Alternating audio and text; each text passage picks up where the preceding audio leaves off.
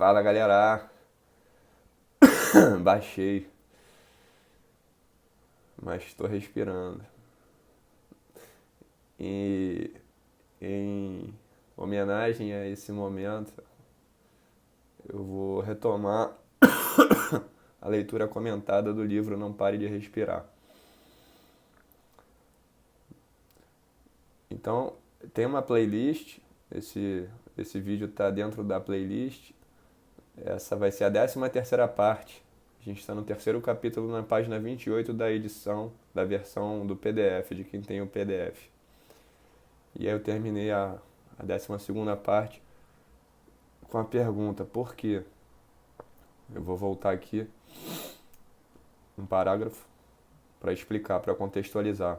Sentir uma correnteza e não reagir é antinatural. Ao invés disso, a resposta que aprendemos no RSS é a de relaxar e deixar-se levar. Por quê? Aí vamos continuar agora. Porque treinamos para situações reais, quando muitas vezes a força do mar tende a ser maior do que a nossa. Portanto, ao invés de empenharmos nossa energia nos debatendo inutilmente contra a vala, aprendemos a manter a concentração com um comportamento frio e calculista, típico de um equilibrista que caminha sobre a corda bamba sem rede de segurança. Deixa só eu assimilar isso. Porque muitas vezes treinamos para quando a força do mar for maior do que a nossa. Porque são situações reais. É claro que a gente só vai sentir essa emoção, né, o medo, quando acontecer alguma coisa que não está prevista.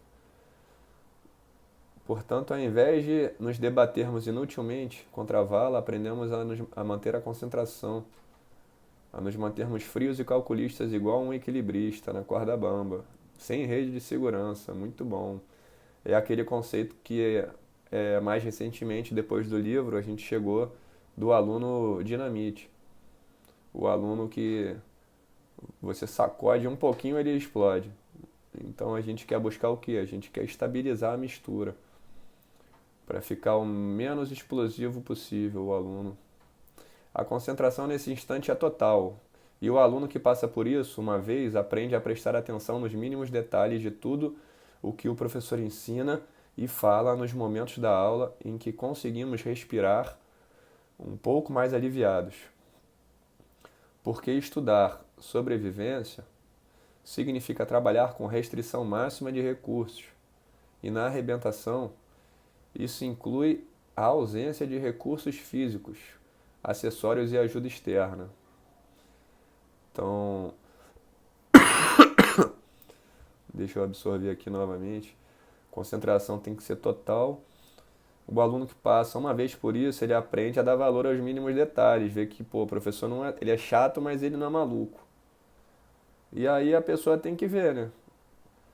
Se ela está disposta ou se ela prefere não participar, mas ela entendeu que aquilo ali tem cabimento, que não é coisa de doido.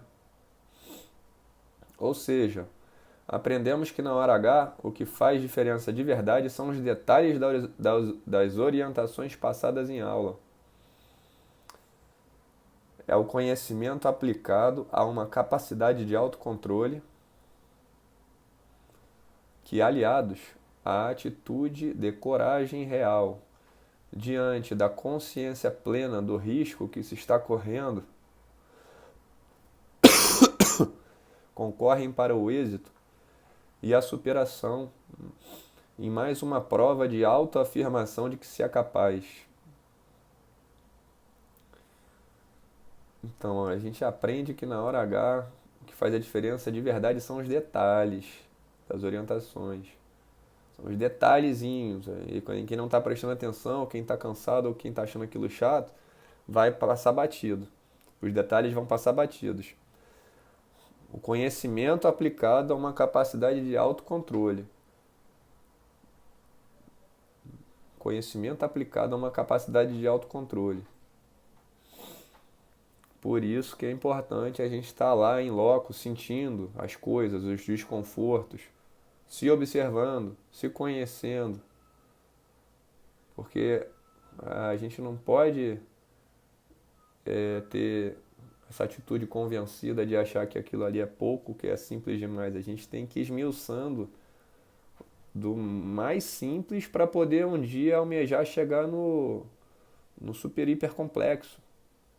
E a gente ter capacidade de estar ali por conta própria, para poder absorver aquilo ali, para poder pelo menos, porra, lidar com aquilo ali sem se machucar, sem que aquilo ali esteja além da nossa capacidade de aprender. Aquilo ali tem que ser pedagógico pra gente, não pode ser uma grosseria, pode ser uma forçação de barra. Então, o conhecimento aplicado à capacidade de autocontrole e o conhecimento e o autocontrole aliados a uma coragem real diante da consciência plena do risco que se está correndo. Então, pô, uma coisa é a pessoa entrar com os sentidos, né, desajustados, sob o efeito de drogas, por exemplo. Outra coisa é a pessoa ter uma consciência apurada do risco real que está ali. Então é aquela história que é quando a ignorância acaba protegendo as pessoas. O guarda-vidas, muitas vezes, ele não chega a um ponto em que ele não apita mais para a pessoa que está na vala, porque ele fica torcendo para ela ser cuspida, porque ele vê que ela tem uma grande chance dela ser cuspida ainda, ou então ele parte para o socorro. Mas às vezes não é bom apitar, porque senão você faz com que a pessoa fique nervosa e a gente perde esse benefício, né? Benefício, bem ou mal, por assim dizer, mas é uma coisa que está mantendo a pessoa ali um pouco neutra. Só que ela está ficando neutra inconscientemente. E a gente, desculpa, a câmera está aqui. E a gente quer que ela fique neutra, só que com consciência. Então, quanto mais consciência eu tenho do risco, maior o quê? A tendência de eu ter medo. Porque eu falo, caraca, olha o risco que eu estava correndo e eu não sabia. Pois é, pô, por isso que a gente estuda o ambiente. A gente estuda o ambiente com humildade. Então, o conhecimento aplicado ao autocontrole, aliado à coragem e à consciência plena do risco, concorrem para o êxito e a superação. E mais uma prova, concorrem para o êxito e superação. E uma prova de autoafirmação de que se é capaz. E aí a pessoa vai se conhecendo, vai descobrindo que ela é capaz. Mas não através de uma sorte, né, de uma grosseria, de uma ajuda externa, mas sim do despertar dela própria. Por isso que tem o raio na caveira, na logomarca, né, do RSS. É o despertar da consciência, da coragem, da atitude. Porque o aluno vai passar por... Então a gente está respondendo ainda por que a gente se entrega à corrente, né? Porque o aluno vai passar muito tempo descobrindo do que realmente é capaz, enquanto ao professor compete a responsabilidade de filtrar e ir ajustando os estímulos. Então deixa eu decantar isso aqui. Porque o aluno vai passar muito tempo descobrindo do que realmente é capaz. Ele vai se conhecendo. E ao professor compete a responsabilidade de filtrar e ir ajustando os estímulos. O professor ele vai dosando a intensidade dos estímulos, sem que o aluno muitas vezes perceba. E aí vai ter aluno que vai achar que o professor é chato demais, eu sou, mas vai achar que o cara é muito cuidadoso, muito conservador demais, muito preocupado. Pô, tá indo muito devagar, dá pra ir mais rápido, pô, tá me subestimando. Só que, pô, a pessoa não sabe o que o professor sabe. Então, eu prefiro perder o aluno e nele discordar de mim e não voltar mais do que, porra, perder o aluno pro mar, né? Aí isso não vai acontecer, não. E, finalmente, né, por que se entregar à corrente? Porque quando o guarda-vidas avista uma pessoa se afogando, a questão se resume a quanto tempo ela aguenta continuar esperando pelo socorro. Quando o guarda-vidas avista uma pessoa se afogando, a questão se resume a quanto tempo ela aguenta continuar esperando pelo socorro. Na imensa maioria das vezes, seria melhor ela tentar conter a escalada do nervosismo E muito embora seja amplamente divulgada essa orientação de manter a calma, não lutando contra a corrente e não se debatendo, na prática voltamos à estaca zero, pois uma coisa é saber a teoria de como agir, porém outra, bem diferente, é ter a experiência da situação na prática, já que na hora em que acontece o nosso lado, já que na hora em que acontece o afogamento, o nosso lado intelectual dá lugar ao instintivo e vão-se por água abaixo quaisquer esforços que não levem em conta a necessidade de reprogramação do instinto de sobrevivência. Então, pô, vale nada. Infelizmente, pô, temo dizer aí que não vale nada ficar fazendo prevenção, porque só para a pessoa que se contém, mas a pessoa que o lado emocional, o lado animal dela fala mais alto que o lado racional, a pessoa tem que ser muito disciplinada. Mas sempre vai ficar aquela curiosidade infantil, sabe? Aquela pulga atrás da orelha. Meu pai sempre me falava para eu não fazer uma série de coisas, né, pai? Mas tive que quebrar a cara fazendo várias das coisas que ele falou para eu não fazer. Quis ter uma Kombi antiga, ele falou, pô, é dor de cabeça, quis andar de moto, quis não sei o quê. Pô, fui quebrando a cara e aprendendo. Aqui não dá pra gente quebrar a cara. Só que o problema é o seguinte, o guarda-vida vai lá, faz a prevenção. Ó, não entra não. Pô, se cai na vala, mantenha a calma, não luta contra a corrente. Acena e nada pro lado. Pô, nadar pro lado é a pior coisa que dá pra fazer. Por quê? Porque não é simples a gente sair da vala. E basta a pessoa começar a fazer a primeira aula, ela vai entender do que eu tô falando. A vala, ela tem o seu magnetismo, ela atrai a pessoa para si. Ela é como se fosse um predador que está à espreita. Ela atrai a pessoa para si. E quanto mais a pessoa se debate, mais a vala segura a pessoa. Então a gente tem que saber lidar com a vala. É uma questão de desenvolver um relacionamento ali. Tem um amigo meu vizinho, que ele é policial e ele trabalha com adestramento de cães. E de repente, se eu conseguir montar aqui a estrutura, vou convidar ele para uma entrevista. Os alunos são pessoas, não são cães. Mas tem muita coisa, né? Tem muita coisa ruim no militarismo. Uma delas é você chegar no quartel e ver que lá é o tá escrito lá, centro de adestramento. Pô, a gente adestra cachorro e cavalo, né? A gente não vai adestrar seres humanos. Fala isso para um professor, para um educador. Só que essa parte aqui, ó, é a hora em que, pô, você não pode ter muita diplomacia. Não estou falando que o aluno vai ser violentado, vai ser desrespeitado, nada disso.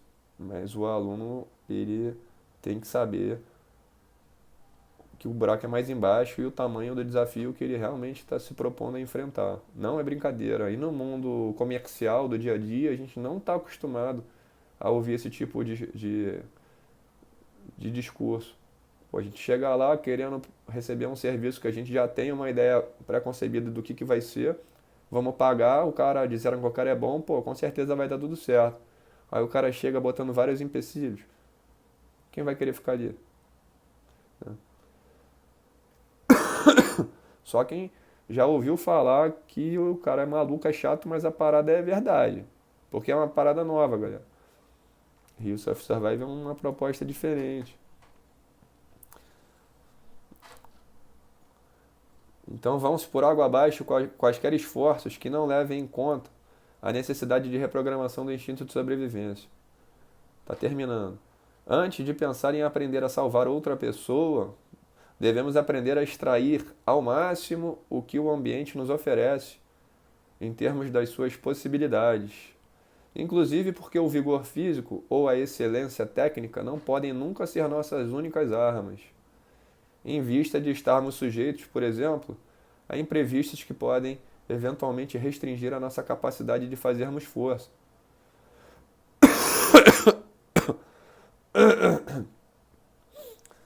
E isso para além da recomendação já extensivamente defendida de que a força imediata